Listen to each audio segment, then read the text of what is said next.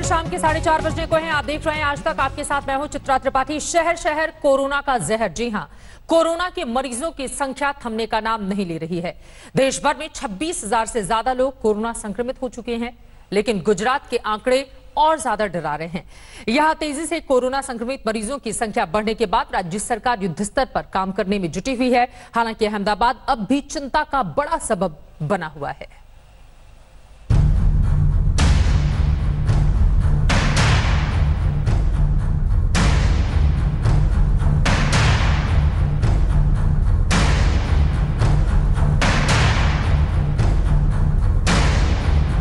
अहमदाबाद की गलियों से लेकर कस्बों तक कोरोना वायरस फर्राटा भर रहा है।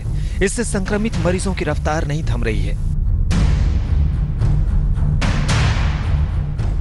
इलाके सील हैं, आवाजाही पर रोक है, जगह जगह बैरिकेड्स लगे हैं, पुलिस का पहरा है, लेकिन गुजरात के इस दिल पर कोरोना ने कब्जा कर लिया है।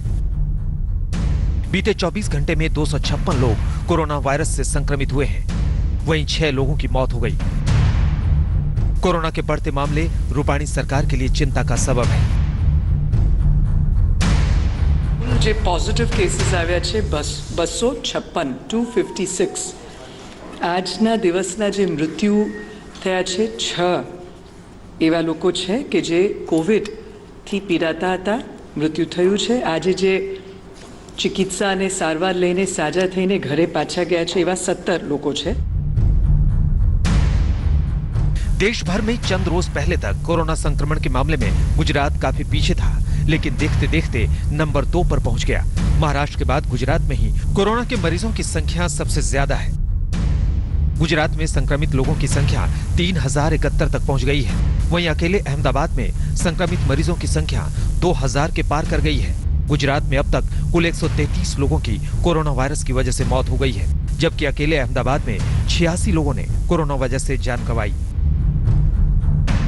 कोरोना के खिलाफ बढ़ते मामले को देखते हुए पुलिस प्रशासन लॉकडाउन को सख्ती से पालन कराने पर जोर दे रहा है। कल राज्य में 100 नंबर पर मिली शिकायतों के ऊपर 29 गुना दाखिल किए गए हैं। पुलिस के द्वारा मोटरसाइकिल पेट्रोलिंग और फुट पेट्रोलिंग बढ़ाया जा रहा है। पवित्र रमजान महीने को लेकर लोग कहीं इकट्ठे ना हो, उसके लिए ड्रोन और बाकी तरीकों से नजर रखी जा रही है। राज्य के 30 जिले कोरोना वायरस से प्रभावित हैं। गुजरात के पाटन में 16, पंचमहल में 17, छोटा उदयपुर में 13 और नर्मदा में 12 संक्रमित मरीजों का मामला सामने आया है। वहीं कच्छ में 6, खेड़ा और वलसाड में 5-5 लोग संक्रमित हुए हैं। आदिवासी बहुल दाहोद में कोरोना के 3 मामले सामने आए हैं। कोरोना के बढ़ते इन्हीं मामलों के बाद प्रशासन किसी भी तरह की कोताही नहीं बरतना चाहती है। इस कोरोना की बीमारी को फैलने से रोकने के लिए हमने जन भागीदारी और जन आंदोलन का प्रयोग किया है, जिसमें हमने पंच मंत्र का रूप दिया है। इसमें हमने मैक्सिमम फोकस किया है उकाला, सैनिटाइजेशन और कम्युनिटी अवेयरनेस पर। दाहोद जो कि रूरल पॉकेट है, इसलिए हमने विलेज लेवल ऑर्गेनाइजेशंस का यूज किया है, सरपंच से मदद लिया है ताकि इस बीमारी को ज्यादा से ज्यादा फैलने से रोका जाए। इसमें हमने मैक्सिमम फोकस किया है सैनिटाइजेशन पर, फॉगिंग पर, अवेयरनेस पर और उकाला मेडिसिन पर। इसके अलावा हमने स्ट्रिक्ट लॉकडाउन प्रिंसिपल्स को फॉलो किया है। इस बीच गुजरात में केंद्रीय टीम ने भी हालात का जायजा लिया। अहमदाबाद में पुलिस प्रशासन और डॉक्टरों से बात की। इस टीम ने राज्य सरकार को कुछ सुझाव भी दिए हैं। अहमदाबाद में अगर कोरोना के संक्रमण को रोकने में कामयाबी मिल गई तो गुजरात के हालात में काफी हद तक सुधार आ सकता है। अहमदाबाद से गोपी घांगर के साथ आज तक ब्यूरो। अहमदाबाद में कोरोना संक्रमण के बीच कुछ तस्वीरें हौसला बढ़ाने वाली भी सामने आई हैं। सिविल अस्पताल में संक्रमित बच्चों को इमोशनल सहारा मिलने से इस बीमारी से लड़ने का जज्बा बढ़ा है। हालांकि गुजरात के लिए यह जंग आसान नहीं है। लॉकडाउन में सूरत में हंगामे की खबर सामने है, जहां सैलरी नहीं मिलने से मजदूर भड़क उठे।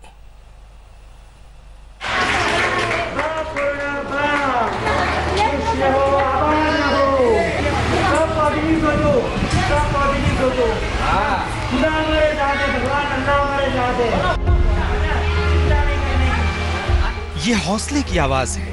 ये दुनिया के सबसे खतरनाक वायरस से लड़ रहे लोगों में ऊर्जा भरने का मंत्र है। कोरोना को हराने का यलगार है।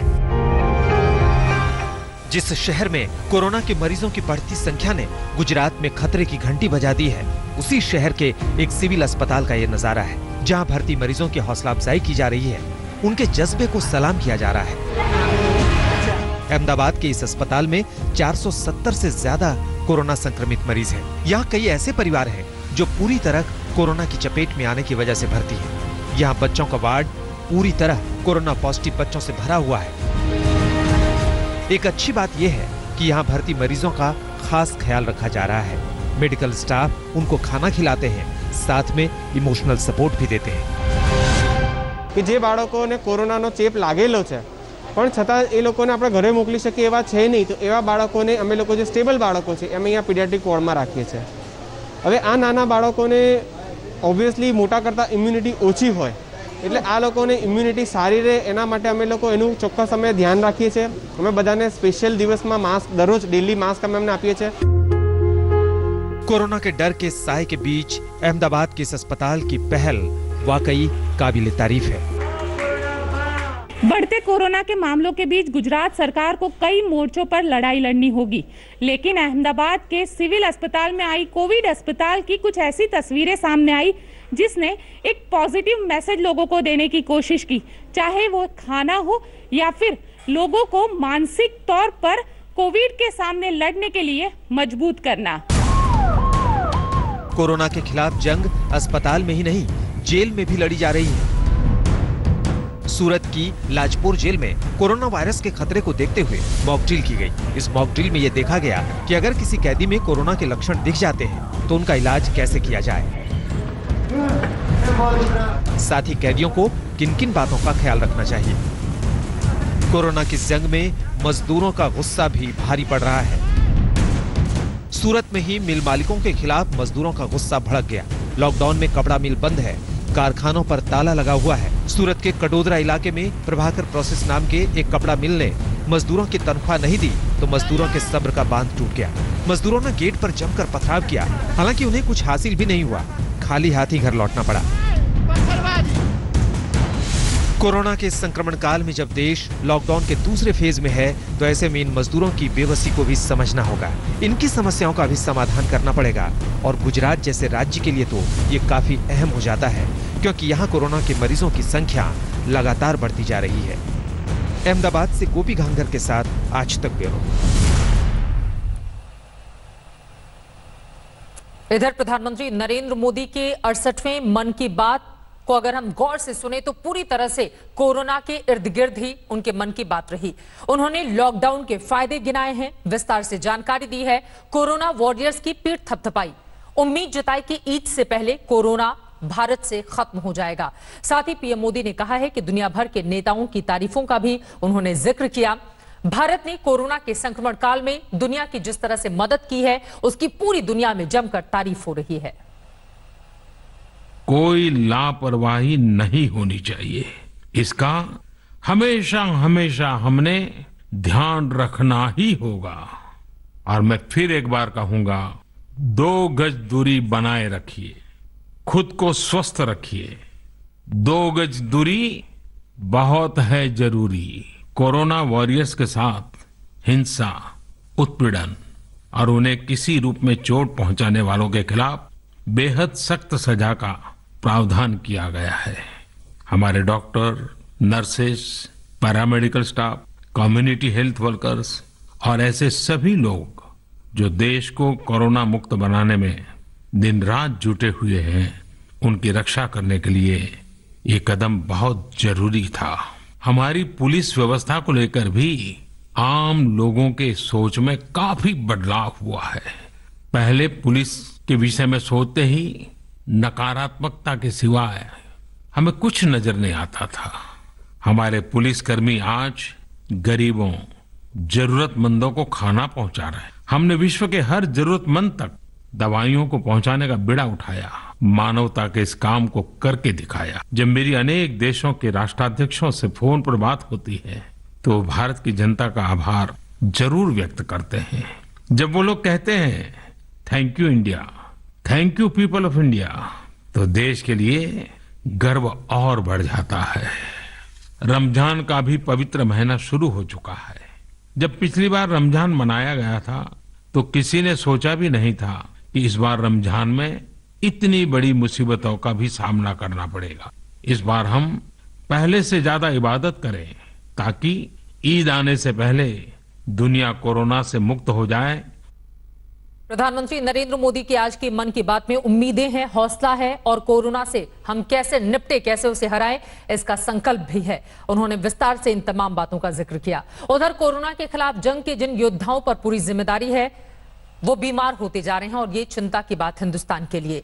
कोरोना ने डॉक्टरों, नर्सों और मेडिकल स्टाफ पर हमले बढ़ा दिए हैं। दिल्ली में एम्स से लेकर बाड़ा हिंदुराव अस्पताल समेत कई अस्पतालों के मामले सामने आने के बाद चिंता का सबब सबके लिए।